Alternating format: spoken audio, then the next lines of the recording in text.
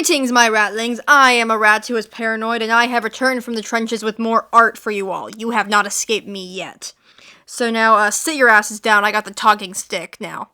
I recently uploaded one of my redesigning X-Men videos because I am very, very normal about X-Men and thought it would be fun to give my own take on their designs. And everyone liked them pretty well. And they're pretty well accepted, you know, because they're fun designs. All except for one of them. Storm. I just happen to give her a more realistic body type that strays from the typical cookie cutter body all superheroes get because, you know, I have free will or whatever. And in that video, I go over some specific reasons why I made the specific choices to give her said body type. But I ended up just getting an onslaught of fat-phobic comments about her. If you follow me on Instagram, you may have seen me ranting about this, but I wanted to come back with another video here about why designs like these are really important to me and how the hate against them is completely unfounded and inappropriate. So yeah, that's what we're talking about today. Let's go. Also, I have a drawing of my favorite X-women in the back because I can. Usually, hate comments like these don't really get to me, and I can brush them off pretty easily. But these ones yelling about how I was insulting Storm's character for making her quote-unquote fat really bothered me. Less about them being hate comments and more about how the lack of diversity in societal norms are hurting people and art. To me, diversity has always been important in my art and character designs. This diversity stretches beyond body type. This can be skin color, sexuality, gender, disabilities, ethnicity, religion, etc. I hear about diversity being talked about a lot, but as soon as it goes outside of what people are comfortable with, they just flip on their heads. And this just proves with more force to me how important it is to have this representation. Giving a superhero a more realistic body type should not be the end of the world. It should be normal. Drawing human-looking people should be normal and not be cause for an onslaught of hate and fat-phobic comments towards the artist for drawing a person, if you know what I mean. Because people exist. Real people don't fit into one little box of what's normal. Anything that stretches beyond that, beyond the societal ideas of normalcy, that shouldn't be groundbreaking and worthy of any sort of attention. Art is a really broad term, but it covers a lot of ground with that word.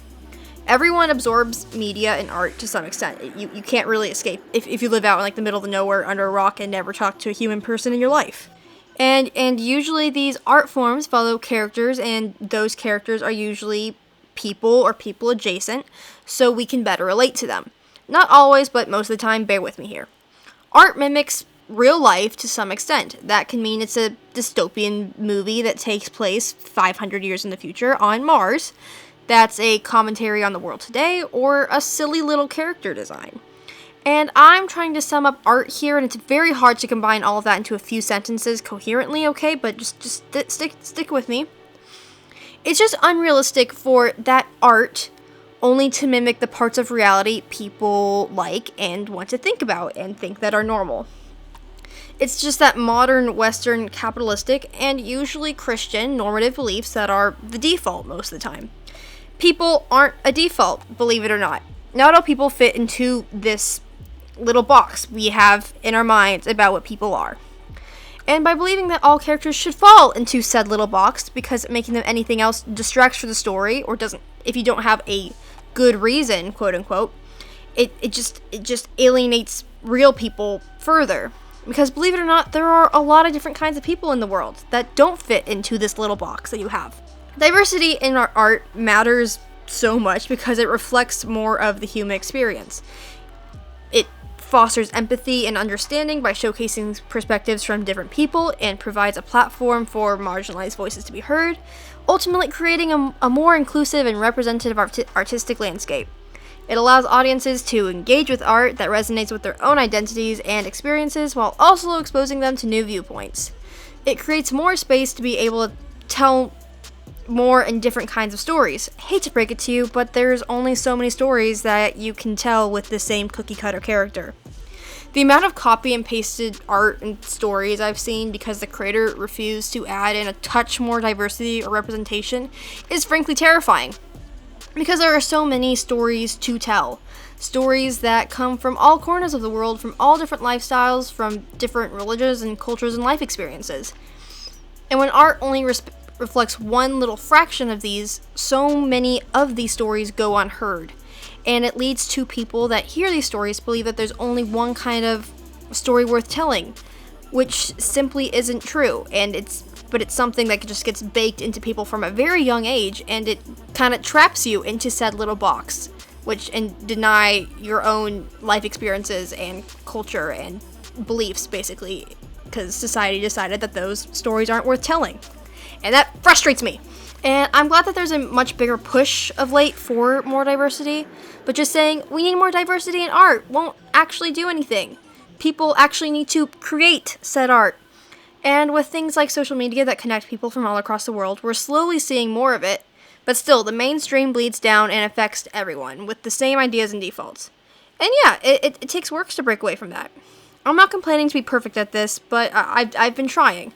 And I've definitely gotten a lot better from where I started out, and it's become a lot easier for me to draw more diverse characters, and that's something I'm very happy with and proud of, and something I only want to improve at, because you can just get better with time. Anytime I go back and look at my old art, you can see I was a victim of this, and it's kind of sad.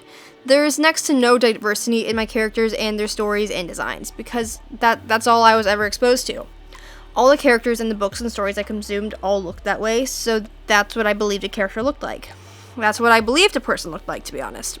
My art didn't represent me, or what I believed, or who I was and wanted to be, but it was just what media was feeding me as normal. And this was kind of harmful and demoralizing. I almost never saw characters that were like me, and I had to dig through so many different fandoms and fan theories to find the obscure headcanon that nobody knew about a character to feel like I was getting any sort of representation.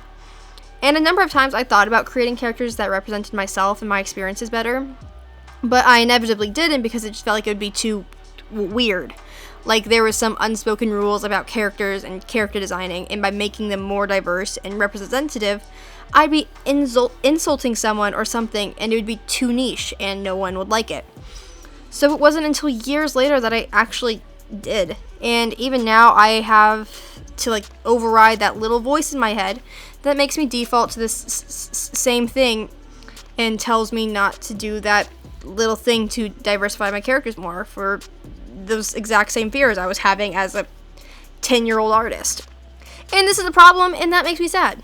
So this might be a hard thing to describe to people who've never experienced it, but there's nothing quite like the high of finding one character or just one piece of media that you can see yourself in as, a member of a marginalized community, or multiple, to be honest. I still get incredibly excited when I find a character that, for example, has the same disability as me. And the fact that this only ever happens so rarely is extremely sad. When you don't see characters that are like you, it's easy to believe that no one is, that there is something wrong with you, when the world just refuses to recognize you as a normal human that exists. Because newsflash, people exist, and you exist, and people are different, and all different types of people deserve to be represented and normalized in respectful ways, and not just the default people that society has decided are what everyone is, which isn't true. And realistically, people know that's not the case, but you don't see that represented in what they're doing. Actions speak louder than words and all that. So yes, diversity matters a lot to me in art and outside of it. So I make a really big effort to draw more diverse characters, whether that's fan art or my own original stories and characters. I try to create things that more than one type of person can see themselves in.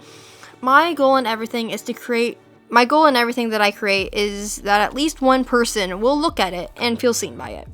It's not about how many people I can get to relate to it, and if it's too niche, or how many likes I can get from a bunch of different people. If I can just get one person to deeply connect with it, That's enough for me. So I will draw my little characters and write my little stories about different people and hope that one person will look at them and see themselves in them. I want to normalize people and their experiences. I want to be at a place where I can draw a superhero with the body of a Greek goddess and nobody will comment on the size of her gut. Instead, on the actual art itself, because seeing a superhero with a human normal body isn't something to gawk at. Are my hopes high? Yes. Will I do everything in my power to get to this place? Yes, I will. And I hope that other people will join me, because this is something that's very important to me and the world. Anyways, thank you for sticking to the end of my little rant. This is a topic that's very important to me, and the hate that things that don't fit the norm get will forever make me angry. I hope you enjoyed. Feel free to comment your thoughts below. I'd love to hear them. Or don't, I'm not your dad. And with that, this video draws to a close. If you're here, feel free to stick around. I post every week with new art and unhinged commentary. I guess you have permission to leave now. Ciao!